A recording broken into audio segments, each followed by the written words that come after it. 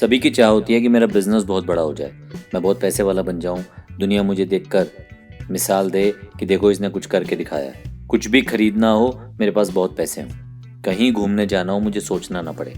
इस तरह की बड़ी लाइफ सब चाहते हैं, लेकिन बड़ा बिजनेस बनाने के लिए आपको बहुत प्लानिंग करनी होती है, बहुत हार्डवर्क करना होता है, एग्जीक्यूशन करना होता है, बहुत डेडिकेटेड होना पड़ता है। कुछ पॉइंट्स इकट्ठे किए हैं आपके लिए, इनको फॉलो करके आप एक बड़ा बिजनेस बनाने में कामयाब ज़रूर हो सकते हैं। Step 1, have a clear vision.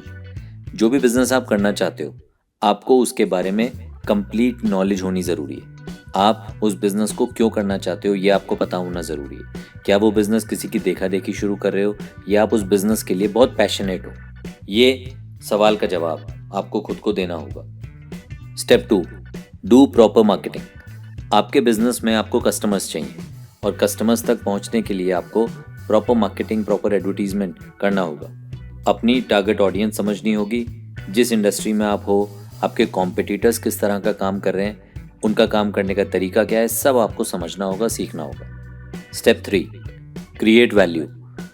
आपका जो प्रोडक्ट है, उस प्रोडक्ट या सर्विस से आप अपने कस्टमर्स की लाइफ में क्या वैल्यू क्रिएट कर सकते हो, उनकी लाइफ को किस तरह बेहतर बना सकते हो।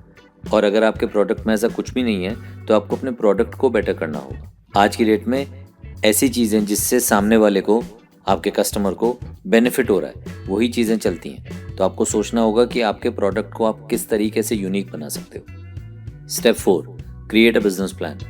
आपके बिजनेस में आपको क्या क्या डिपार्टमेंट्स चाहिए। HR डिपार्टमेंट है, ट्रेनिंग डिपार्टमेंट है, सेल्स डिपार्टमेंट है। सभी डिपार्टमेंट्स की क्या क्या रिस्पॉन्सिबिलिटी है, सभी डिपार्टमेंट्स को किस तरह से अपनी प्रोडक्टिविटी इंप्रूव करनी है, सब चीज़ों की प्रॉपर प्लानिंग करके बिजनेस को बढ़ाया जा सकता है। Step 5, B funded.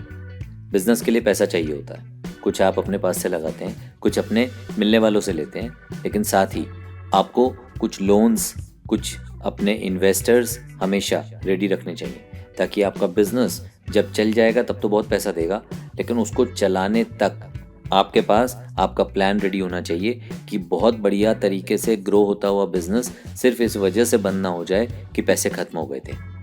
Step 6, have a good team. अपनी टीम में किसी को भी साथ जोड़ते वक्त उसकी सबसे पहली टैलेंट रिक्वायरमेंट है। आपके साथ जुड़ने वाले लोग स्किल्ड होने चाहिए, पैशनेट होने चाहिए अपने काम के लिए, और एक कमिटमेंट होना चाहिए उनके अंदर कि कंपनी को बड़ा बनाना है। ऐसा नहीं कि नौकरी को नौकरी समझकर किया और ये नहीं सोचा कि इस बिजनेस के ग्रोथ से उनको क्या बेनिफिट मिल सकते थे। उनको ये समझाइए कि शुरुआत के जो लोग कंपनी में जुड़ते हैं, कल को जब कंपनी ग्रो करती है, नई टीम जुड़ती है कंपनी में, तो ये नए लोग, सब जूनियर्स इन्हीं के साथ मिलकर काम करेंगे, और ये लोग जब पुराने हो चुके होंगे, इन्हीं को ग्रोथ मिलेगी। तो अपनी टीम को प्रॉपरली समझाकर और विश्वास में लेकर काम कीजिए। और बाई चांस अगर आपको कभी लगे कि कोई टीम मेंबर है जो आपके बिजनेस की रिस्पेक्ट नहीं करता, उसको आपके साथ घुटन महसूस हो रही है, उसे जाने दीजिए। ना वो अच्छे से काम कर पाएगा और ना आप अच्छे से काम करवा पाओगे। इससे तो बेहतर होगा ना कि वो कहीं और काम करके और बेहतर तरीके से उस कंपनी की ग्रोथ में अपनी तरफ से जो योगदान हो सके वो दे। और आप भी किसी और टीम मेंबर को जो पैशनेट हो आपके साथ काम करने के लिए, उसे सिखाकर उससे प्रोडक्टिविटी ले पाएं। Step 7, focus on customer satisfaction. जब आप काम करते हैं, आपके कस्टमर्स आपके बारे में एक वाव फीलिंग लेकर जाएं। कस्टमर्स अगर आपके प्रोडक्ट या सर्विस से खुश हैं तो वो आपको रेफरेंसेस भी देंगे और आपको बार बार काम देंगे। आपका उनके साथ एक ऐसा रिलेशनशिप बिल्ड हो जाएगा जैसे एक परिवार की तरह। कस्टमर की वैल्यू समझें। Step 8, learn from failures.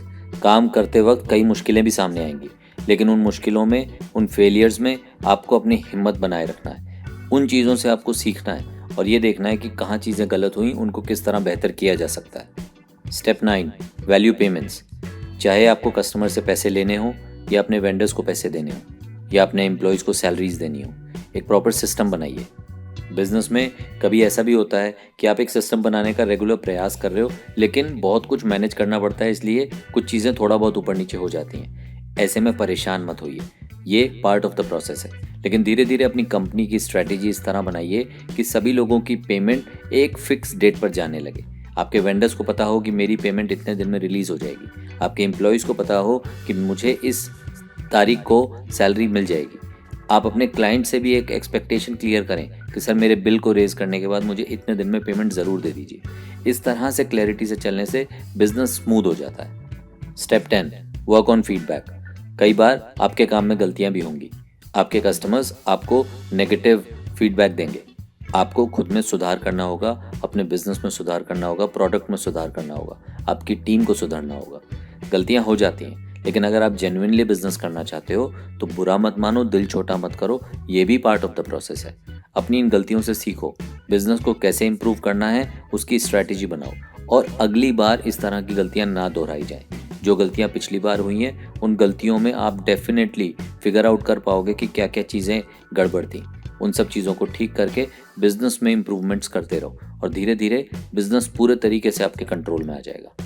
बस इन पॉइंट्स को फॉलो कीजिए और आप देखिएगा आपका business with time definitely grow करेगा। अगर आपको बिजनेस करना वाकई अच्छा लगता है, इसके अलावा भी बहुत सारे पॉइंट्स आपके माइंड में हैं, उनको भी इनके साथ ऐड कर लीजिए। देखिए, हमेशा याद रखिए, बिजनेस एक इनोवेशन मांगता है और हर इंडस्ट्री, हर काम के अलग अलग तरीके से ग्रोथ के रास्ते भी होते हैं।